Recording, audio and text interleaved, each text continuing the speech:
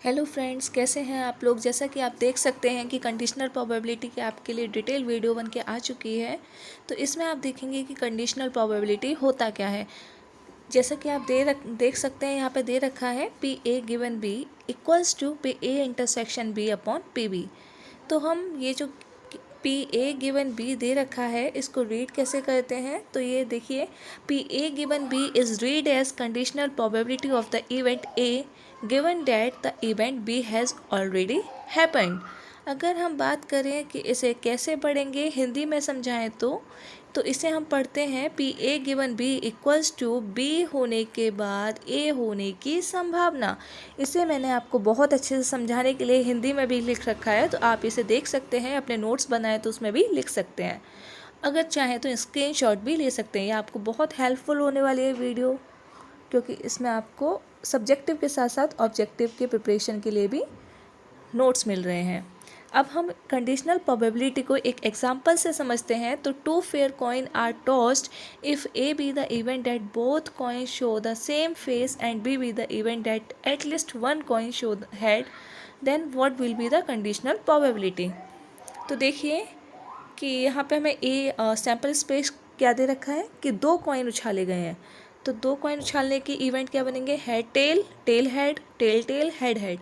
अगर बात करें हैं प्रोबेबिलिटी ऑफ ए इवेंट, तो यहाँ पे दे रखा है कि both coin show the same face, दोनों में सेम फेस आने की प्रोबेबिलिटी क्या होगी, हेड हेड, टेल टेल। तो इसको हम कैसे लिखेंगे, 2/4।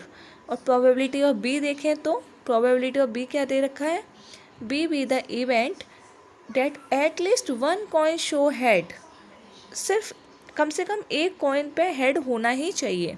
तो देखिए ये आपके 3 इवेंट बन रहे हैं, जिसमें कि आपको तीनों में हेड दिख रहा है, head head, head tail tail, tail head. कम से कम एक बोला है हेड, तो ज़्यादा से ज़्यादा दोनों भी हो सकते हैं, ठीक है। अब बात करते हैं इसका। देखिए कंडीशनल प्रोबेबिलिटी का यहाँ पे फॉर्मूला दे रखा है, probability of A given B equals to A intersection B upon probability of B. यहाँ पे ए इंटरसेक्शन बी क्या होगा, जो इन दोनों में कॉमन हो। तो इन दोनों में कॉमन आपको क्या दिख रहा है, हेड हेड दिख रहा है, ये दोनों में ही कॉमन है। तो इसकी प्रोबेबिलिटी क्या हो गई, 1/4। और probability of B equals to क्या हो गया, 3/4। जब आप सॉल्व करेंगे तो आपका ये आ जाएगी, ठीक है। आप कर सकते हैं, कोई ज़्यादा डिफ़िकल्ट मैथ्स नहीं है, बहुत इजी कैलकुलेशन है, ठीक है।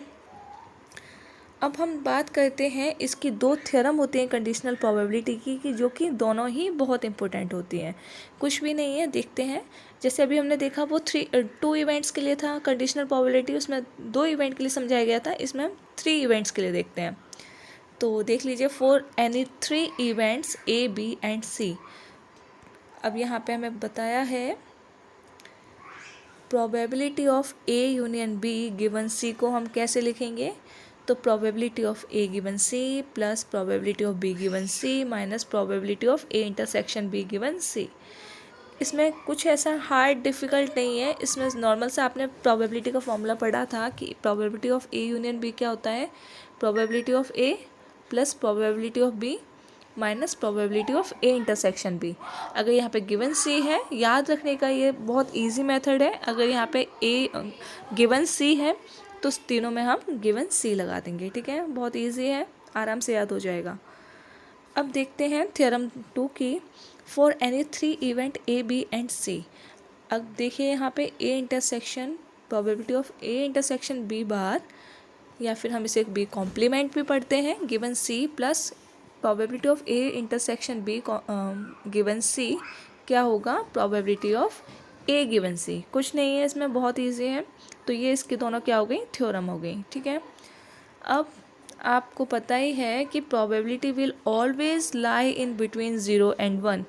ये मैं आपको फर्स्ट अपनी वीडियो से यही समझा रही हूँ कि ये सबसे बेसिक टर्म है कि प्रोबेबिलिटी हमेशा 0 एंड 1 के बीच में ही लाई करेगी, याद रखिएगा, ये बहुत इंपॉर्टेंट है, ठीक है।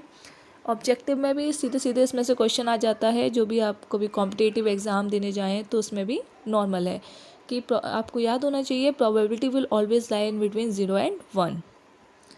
अब सेकंड देखते हैं कि जैसे प्रोबेबिलिटी हमेशा 0 से बड़ी होनी चाहिए और 1 से छोटी होनी चाहिए, और ये मैंने अभी आपको ऊपर ही ये फॉर्मूला समझाया था, probability of A union B का probability of A plus probability of B minus probability of A intersection B, कुछ नहीं है इसमें। अब ये देखिए probability of A intersection B को आप कैसे लिखेंगे, ये हमेशा greater than equals to probability of A plus probability of B minus 1 रहेगा। ये आप इससे समझ लीजिए कि यहाँ पे हम बात करें probability of A intersection B को उधर भेज दीजिए और 1 इधर आ जाएगा। सिंपल है, ये आप समझेंगे, आज इस इजीली समझ में आ रहा होगा आपको।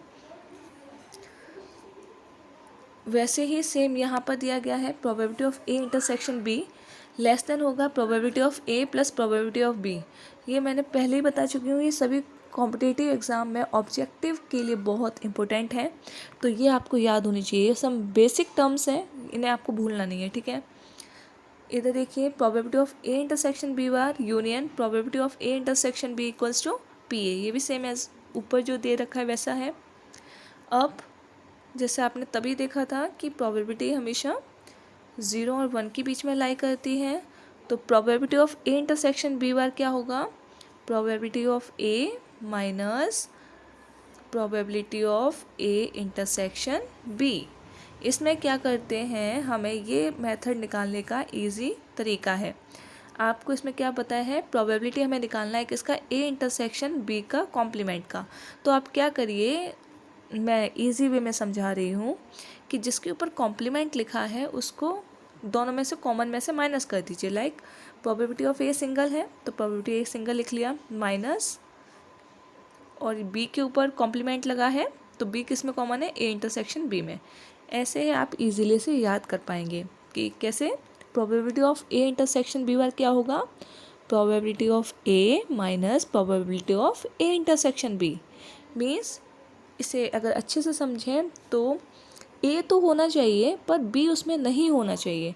तो आप अकेले ए कैसे निकालेंगे, पूरे ए में से जैसे आपके एक सर्कल दे रखा है और 2 सर्कल हैं, ये ए हो गया, ये बी हो गया। अब आपको बोला जाता है कि ए तो हो पर बी नहीं हो, तो आप क्या करेंगे, प्रोबेबिलिटी ऑफ ए ले लेंगे एक सैंपल, उसमें से ये जो कॉमन पार्ट है इससे अगर माइनस कर देंगे बी का तो प्रोबेबिलिटी ऑफ ए निकलाएगी। सेम यही मेथड है, ठीक है। और आपको पता है प्रोबेबिलिटी हमेशा 0 और 1 में बीच में लाई करती है, ठीक है। आई होप इतना आपको पूरा कंडीशनल प्रोबेबिलिटी समझ में आया होगा। ये डिटेल वीडियो है कंडीशनल प्रोबेबिलिटी की। अब आप और अच्छे से स्टैटिस्टिक्स को समझने के लिए मेरे चैनल को सब्सक्राइब कर दीजिए, लाइक कर दीजिए। ऐसे ही और अगर आपको इसके डिटेल में से और जानना है कंडीशनल प्रोबेबिलिटी के बारे में तो प्लीज़ कमेंट करिए ताकि मुझे पता चले कि आपको इसमें इंटरेस्ट आ रहा है, आप और इस टॉपिक पे वीडियो चाहते हैं, और या फिर आप किसी और टॉपिक पे वीडियो चाहते हैं तो प्लीज़ बताइए, कमेंट करिए, ठीक है। Okay, thank you.